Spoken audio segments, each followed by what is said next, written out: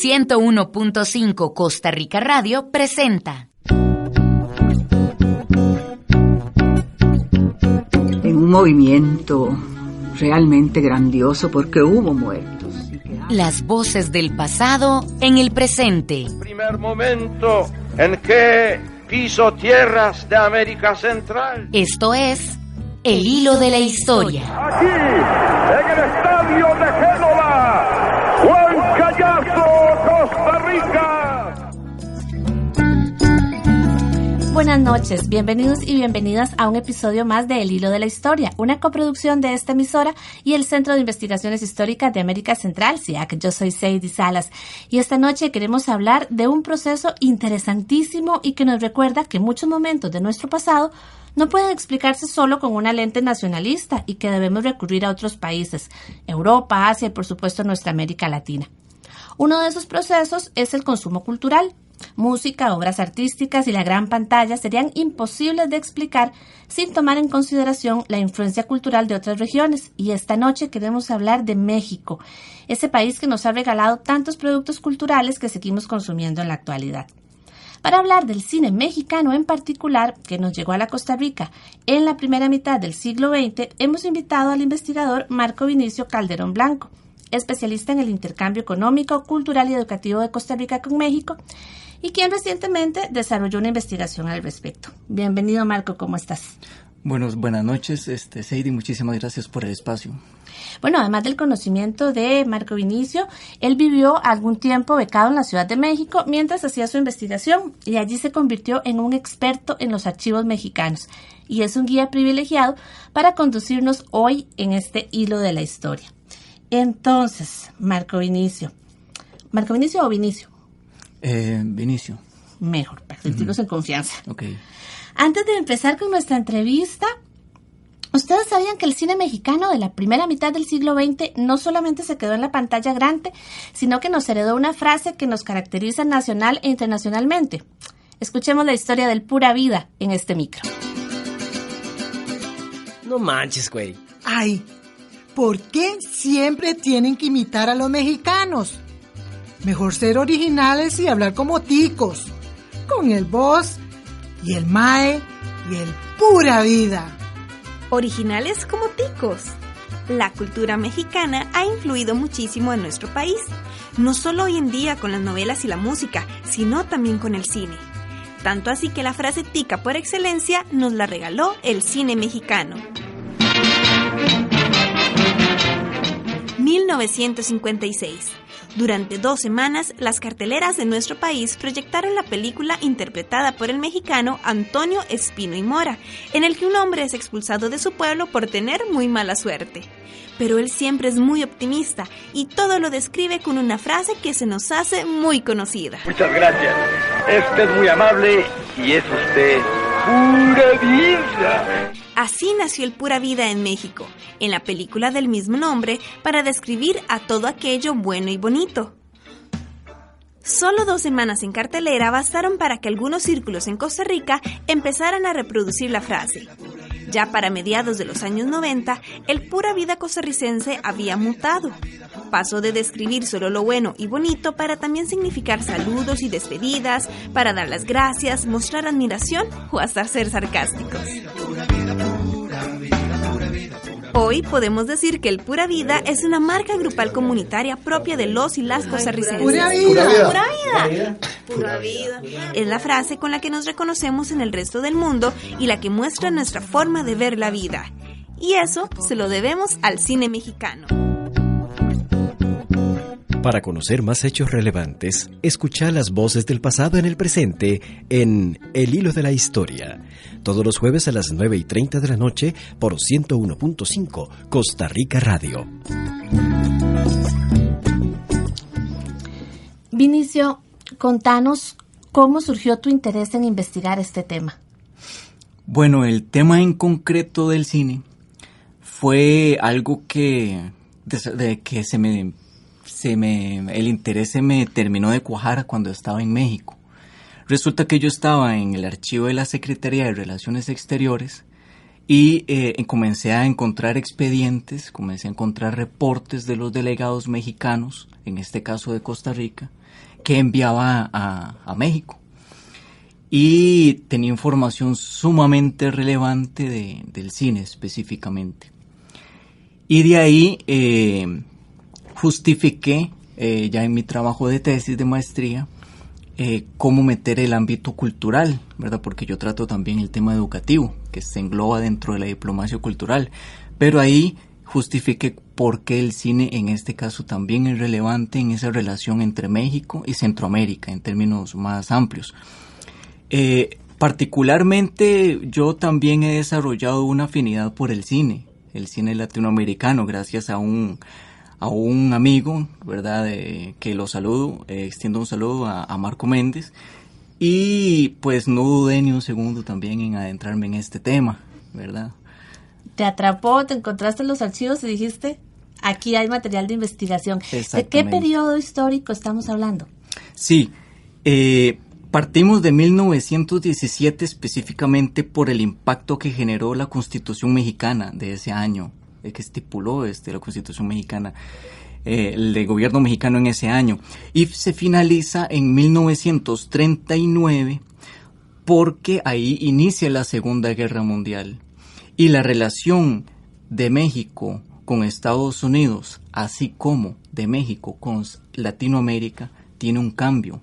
La dinámica cambia, ¿verdad? En el marco global ya de la Segunda Guerra Mundial. Incluye también el aspecto el aspecto cultural. Tal vez si nos ayudas a ubicarnos en ese México de 1917, en esa Constitución de la que me estás hablando, ¿qué era lo que estaba pasando? ¿Por qué ese momento marca el inicio de este periodo de estudio? De acuerdo. Vamos a irnos un poquito más atrás, específicamente en 1910, cuando México pues se desarrolla la revolución.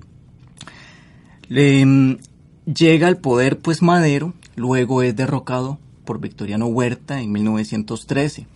Y eso le costó a México romper relaciones con Estados Unidos. Estados Unidos no acepta el nuevo régimen de Victoriano Huerta.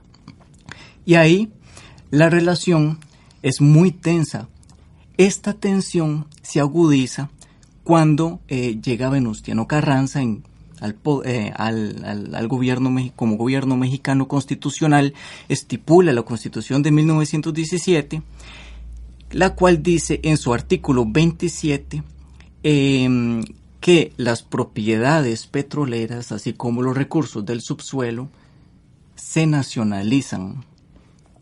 Y esto impactó grandemente a las compañías extranjeras. ¿Por qué? Porque el 97% del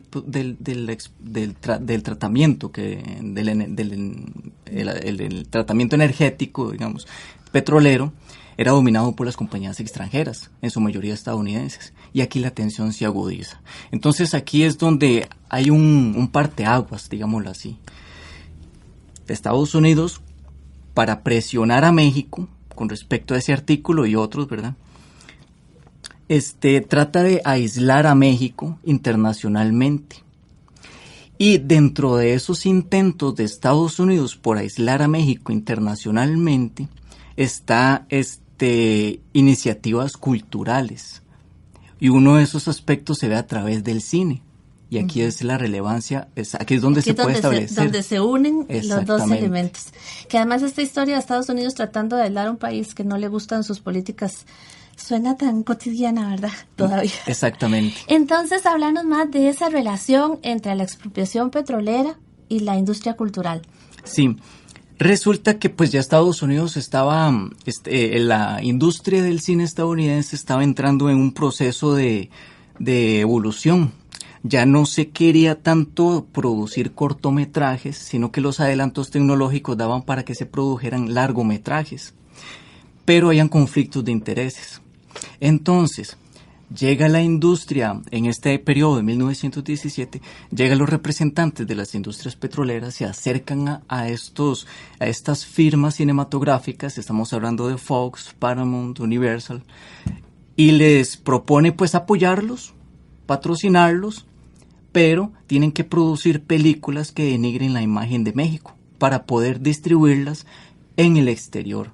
Y de esa forma ¿verdad?, justificar, mediante la denigración de una imagen de México, justificar o buscar una intervención directa en el gobierno de México. Que es que en el gobierno de México no tiene la capacidad de gobernarse, está sumido en la anarquía. Eso es lo que transmitían las películas en ese momento. En 1918 llegó aquí a Costa Rica ese material. Estamos hablando, por ejemplo, de películas que su título en español se llamó El poder de Pancho, Río Grande frente a frente, Con rumbo al sur. Y hubo una reacción mexicana muy interesante al respecto. No se quedaron queditos. No. Háblanos muy brevemente de eso, que después tenemos la segunda parte para seguir conversando. De acuerdo. Resulta que los delegados mexicanos reportaron esas cintas. Y el gobierno de México les pidió presionar para que, en este caso, según los documentos, los gobiernos latinoamericanos censuraran ese tipo de películas. Digamos, en el caso de Costa Rica, así pasó. Se censuraron ese tipo de películas que denigraban la imagen de México. Y a lo largo de la década de 1920, México se limitó a tomar ese tipo de medidas, ¿verdad?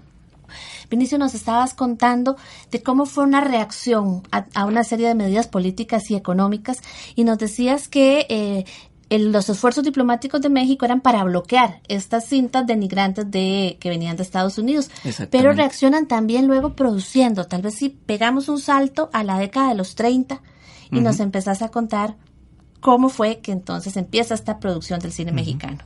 Sí. Los delegados mexicanos en los países latinoamericanos, junto con el gobierno de México, toman conciencia de que pues el cine es sumamente importante para levantar o para bajar la imagen de un país.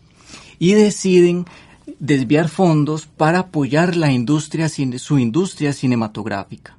Eso viene en un reporte de 1929 de un delegado mexicano de acá costarricense.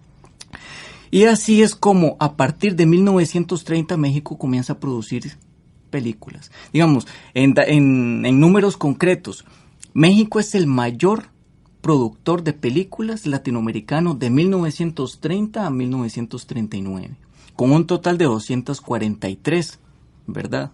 Argentina le sigue con 175, la distancia es considerable. Luego le sigue Brasil con 100, ¿verdad? Entonces ahí se ve el peso de México en ese sentido. ¿Por qué? Porque estaba presionado por su vecino.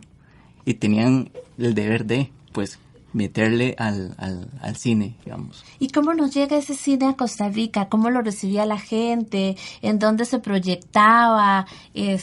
Había muchos estrenos. ¿Cómo llegaba y cómo se consumía todo ese cine aquí en el país? Sí, de esas 243 películas que se produjeron, un total de 118 se estrenaron acá en Costa Rica de 1935 a 1939, durante la época de Lázaro Cárdenas. Y vea el contexto, estamos hablando de donde se aplica la ley de expropiación petrolera en México, y ahí la importancia de el cine para levantar la imagen de México y buscar mercado del petróleo. ¿Por qué? Porque a raíz de la aprobación de esa ley, Estados Unidos no compra petróleo mexicano. Y hay un interés de México por situar ese petróleo y necesitan una imagen levantada, y ahí, en el aspecto cultural, el papel fundamental del cine. Y empezar a crear afinidad, ¿verdad? Que la gente de nuestros pueblos pues se sintiera cercana de la cultura mexicana. Yo me imagino que también el idioma jugaba un papel muy importante. Por ir supuesto. Al cine a escuchar las películas en tu propio idioma. Por supuesto, porque las películas que llegaban acá eran películas producidas en Estados Unidos, que estaban subtituladas en su mayoría.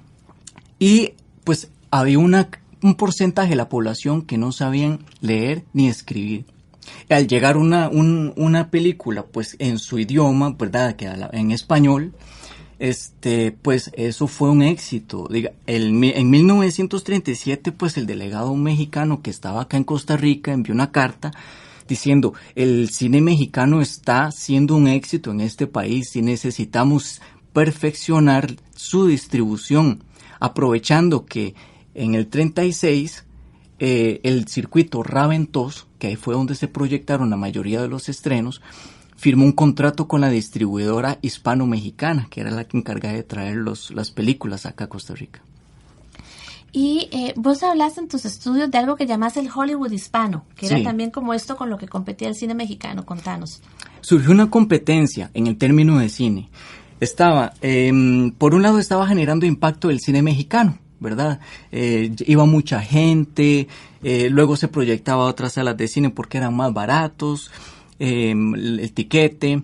Entonces la estrategia que hizo Estados Unidos fue contratar actores hispanos para sacar películas en español. Eso se llamó el Hollywood hispano. Y pues que el cine mexicano no le quitara campo, no le quitara relevancia, en este caso en Centroamérica y el Caribe principalmente.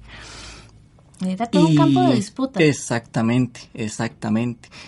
Y el proyecto fue un fracaso. ¿Por qué? Porque el idioma era extraño, fue un poco forzado el asunto de los paisajes, las personas no terminaron de identificarse con los patrones culturales que se proyectaban en esas películas, versus el campo mexicano, los campos pintorescos, los ranchos, la comedia ranchera. Entonces sí fue un fracaso, ¿verdad? Y se apostaron por otras estrategias. Y en esa época también se da lo que se conoce como el cine de oro mexicano en Costa Rica. Contanos un poco como sobre el debut de ese cine aquí en Costa Rica, cómo se da y qué sucede. Sí, en términos generales, el cine de oro mexicano comprende un periodo que inicia en 1936, eso es la mayoría de los estudios lo indican, hasta 1956 aproximadamente. Pero hay que tener sumo cuidado con el aspecto de Centroamérica y es particularmente Costa Rica, porque ahí fue donde incursionó en un primer plano el cine mexicano y tuvo éxito. Y, por ejemplo, acá en Costa Rica, a partir de 1935, las películas fueron sumamente exitosas, las películas mexicanas fueron sumamente exitosas, y cuando llegó una película icónica allá en el Rancho Grande, acá se estrenó en el 7 de octubre de 1937, ya el cine mexicano acá estaba súper consolidado, ¿verdad? Estaba súper consolidado. Se habían estrenado, por ejemplo, películas como Santa, que fue la primera película sonora de México, La Mujer del Puerto ya se había estrenado, había éxitos que fueron muy duraderos como Cruz Diablo, Guapango, se había estrenado La Madrina del Diablo, donde debuta Jorge Negrete, 2 películas de Cantinflas como Así es mi tierra, Águila o Sol. Ya había camino recorrido cuando llegó allá en el Rancho Grande. Entonces, sí hay que establecer una particularidad entre lo que fue Centroamérica y el Caribe con el resto de América Latina. ¿Por qué? Porque México vio a esta región de Centroamérica y el Caribe como su área más próxima de influencia, ¿verdad? Claro, toda la afinidad cultural. Y también vos encontraste que hubo costarricenses que desarrollaron carrera artística en México. Bueno, claro. Sigue siendo una de las mecas, ¿verdad?, a donde muchas de nuestras figuras que quieren ser artistas, actores, actrices van para allá. Contanos sobre algún actor que hayas encontrado que destacó en ese momento del cine mexicano. Sí, ahí cabe destacar el actor Crox Alvarado. Ese es el nombre artístico se llama Crox Alvarado, se llamó. Él viaja a México en 1928 a sus 18 años de edad y pues se hace carrera como luchador, que estaba muy de moda en esa época.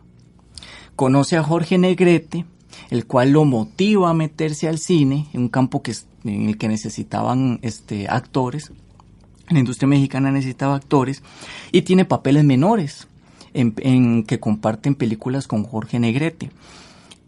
Luego, en 1939, le dan un papel principal en una película. Y su debut en este sentido fue Cementerio de las Águilas, ¿verdad? Que posteriormente se va a proyectar aquí en Costa Rica un año después. Pero anteriormente, ya antes de 1939, que es el periodo en que nos cubre acá, ya se habían estrenado películas donde él actúa. Acá en Costa Rica, Bajo el Cielo de México, por ejemplo, Canción del Alma, Hombres de Mar. Lamentablemente en las fuentes periodísticas que he estado consultando, yo estuve buscando a ver si había algo al respecto, es decir, un actor costarricense en las películas mexicanas, pero no he encontrado reportes, no he encontrado comentarios, ¿verdad?, en los medios de comunicación de esa época. Pero sí es importante recalcar eso. ¿Por qué? Porque evidencia que parte del desplazamiento de actores y actrices no buscaron solamente Europa ni buscaron solamente Estados Unidos, sino que parte importante de ese desplazamiento fue a México, ¿verdad? Y encontraron un nicho ahí importante. Por ejemplo, estoy hablando no solamente de Crosca Alvarado, hay una cantidad importante de cubanos, hay una cantidad importante de colombianos, brasileños, guatemaltecos, inclusive rusos, polacos, belgas, ¿verdad?, que van ahí, incursionan en el cine mexicano.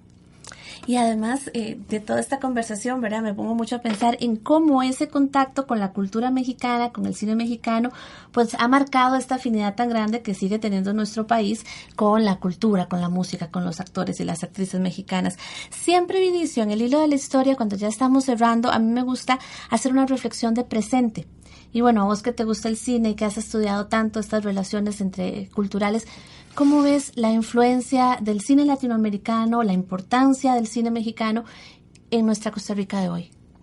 Inmensa, digamos, la influencia ha sido inmensa.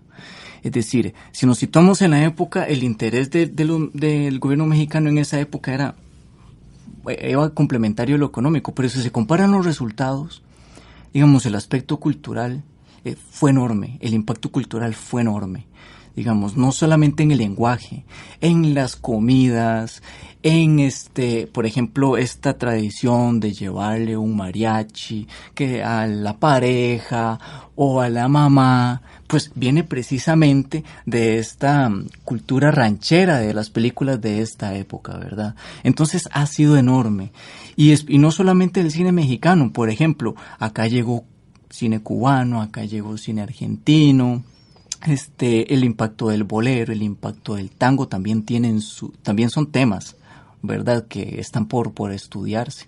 Entonces, la cultura costarricense ha sido amalgamada por todo esto. Eso hay que tenerlo claro. No es única, no es como autóctona.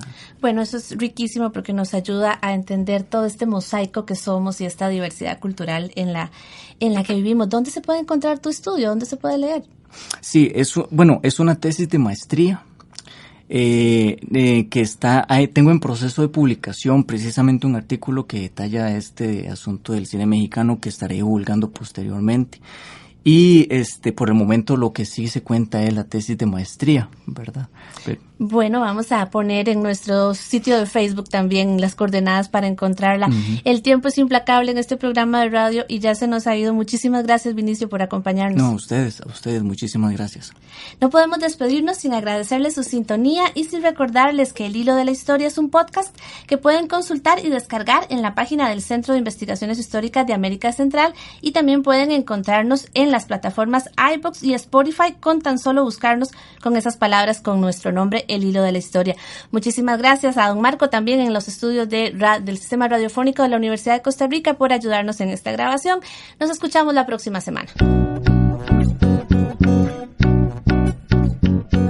El Hilo de la Historia es una producción del Centro de Investigaciones Históricas de América Central y 101.5 Costa Rica Radio.